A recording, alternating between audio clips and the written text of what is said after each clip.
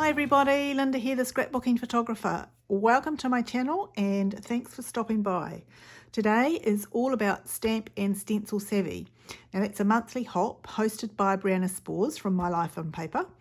And this month our prompt is to use repetitive stamps, background stamps, stamps that nest together. In conjunction with that, I'm working on the layouts that are provided by Ginger's Speedy Scrapbook hop. And this is the layout that I'm following today. So I have cut out the strips on my Cricut and I've turned them into film strips. So I have recently got a new mat for my Cricut machine and I thought it was quite expensive when I bought it. And then when I went to put it into the machine for the first time, there were two of them. So I had to quickly stop everything and pull it out and make sure there was only one going through the machine. But that explained why it was so expensive, because I'd actually got two. So that's really handy to have one in reserve, because when they lose their sticky, they don't really work that well at all. I had thought I needed a new blade, but as you can see, it has cut really well, so I'm quite happy. The other thing that I want to mention here is the Stampin' Up! Cardstock. You can get two-tone cardstock, or you can still get the solid cardstock, which is the same colour all the way through and on both sides. And I am finding that that is great to use in the Cricut, because for all of these little squares that get cut out, we don't have the white core showing through the middle. So I'm really happy with that.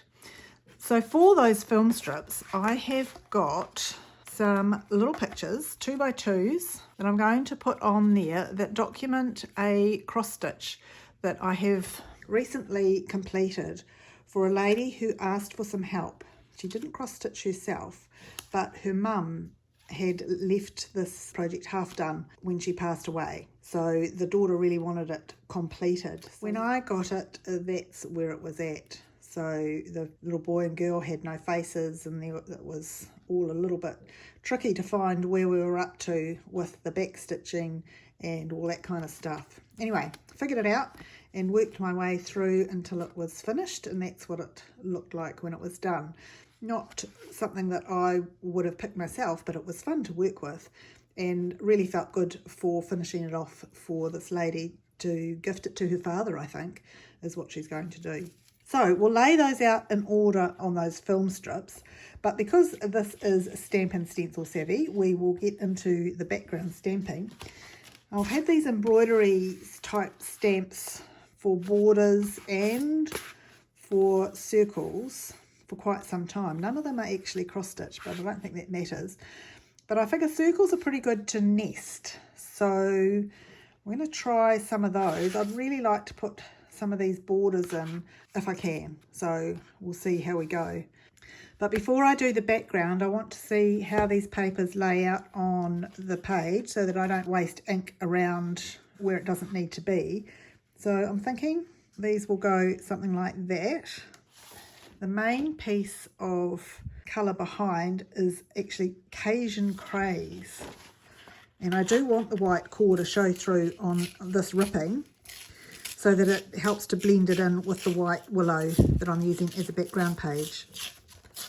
So I'll just quickly rip this off. Now, because it's white core, you know that it's two-tone.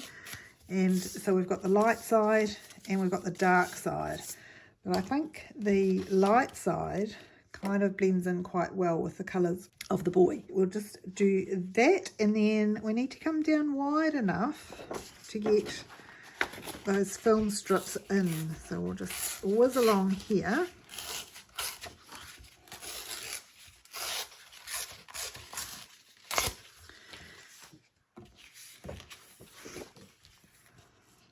Like that.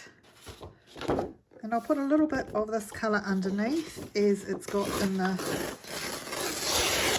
sketch. That'll be fine. And we'll put these images in like so. There's actually quite a lot to go on this page apart from what's there. I'm just going to take a little bit more off here to give us some more room to play. And when you tear, if you tear the other way, of course, you won't get the white core showing because you'll get this jagged edge. But like I said, I do want the white core because it just blends a little bit better with the white background. Right, let's see if that gives us a little bit more. Yep, that'll be fine. Something like that. Okay, so let's put these pictures on in order. That's the last one. I've got a couple of fillers because this is actually the tail of my dog Pippa, who we lost a couple of weeks ago. She always used to sit next to me while I was stitching. Yeah, that's the second one.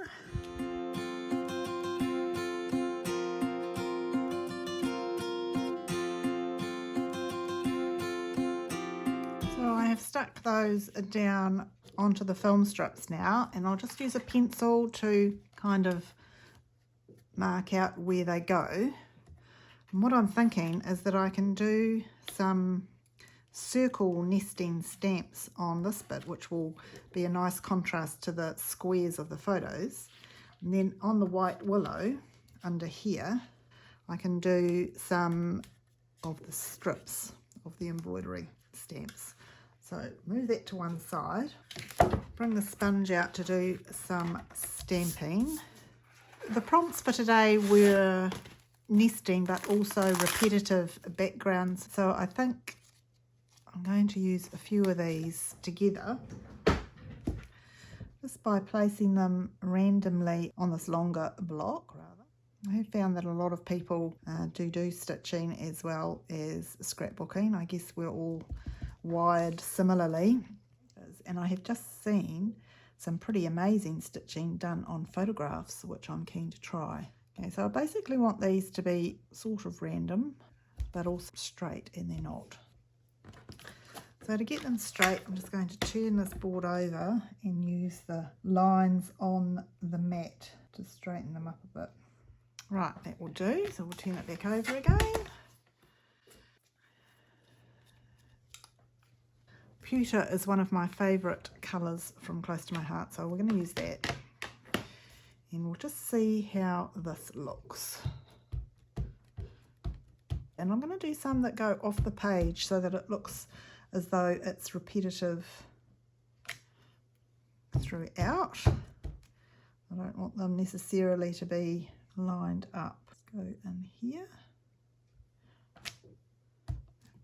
And it also doesn't matter if they're not even, because we're going to add some things in there with circles and torn paper and that kind of thing.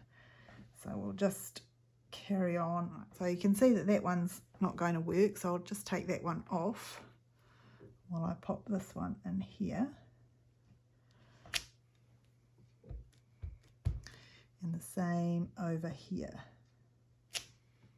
And we'll just do a couple of different lines up here. And we bring this back in here.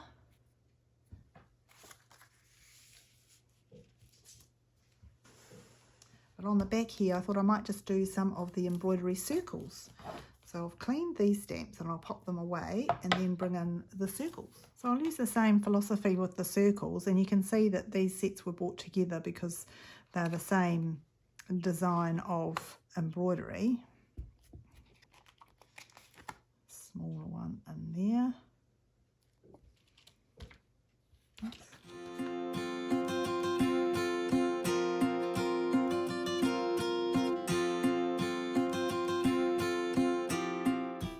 Would like to put a third one in the middle there.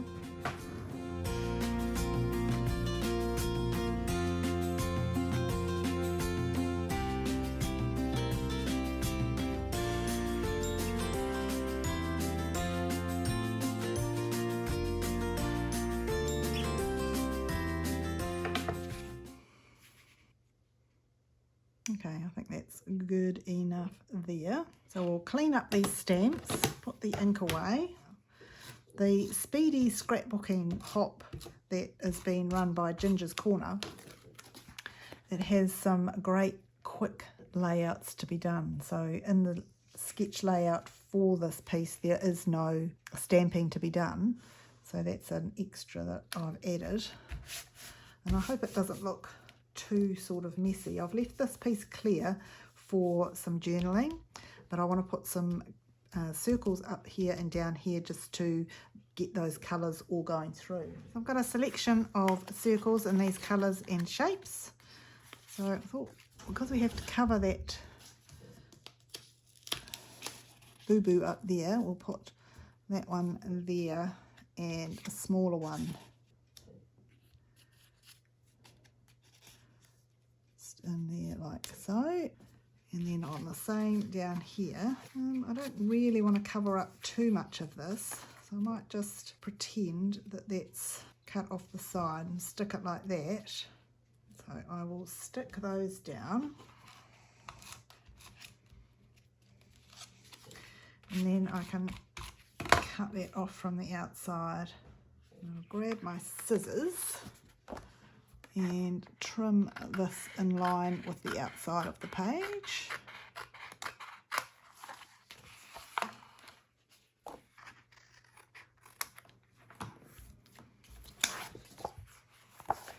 Let's put a little bit more sticky around the edge of that one.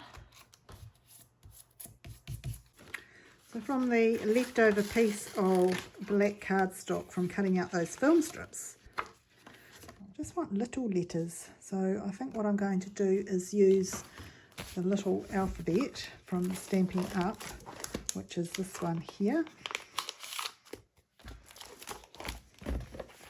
So I'll pop that through my mini machine.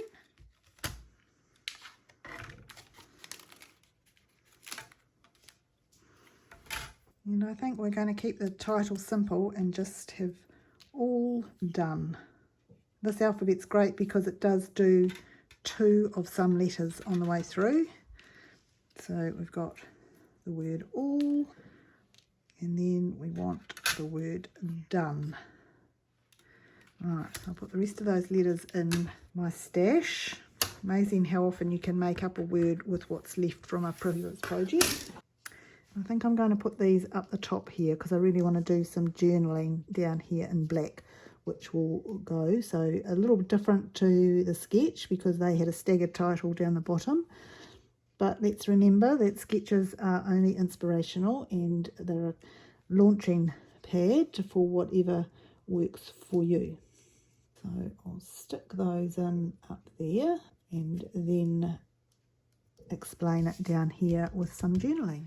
So I've done the title and I've done my journaling. So you've got 3 areas of each different colour. Now I've got these gems that are left over from Christmas and they come in sort of 3s, and I thought that might be quite nice just to add to these different little circles in the end, just to zhoosh things up a little bit. So I put 3 on here and the same up the top, and then 1 just here, and there's only 1 left, so just to tidy up I'll put it up there and we're done. So that is my page for Stamp and Stencil Savvy this month, using 2 sets of background stamps. So mixing up the circles behind the squares and then the lines behind that, just to offer a little bit of contrast.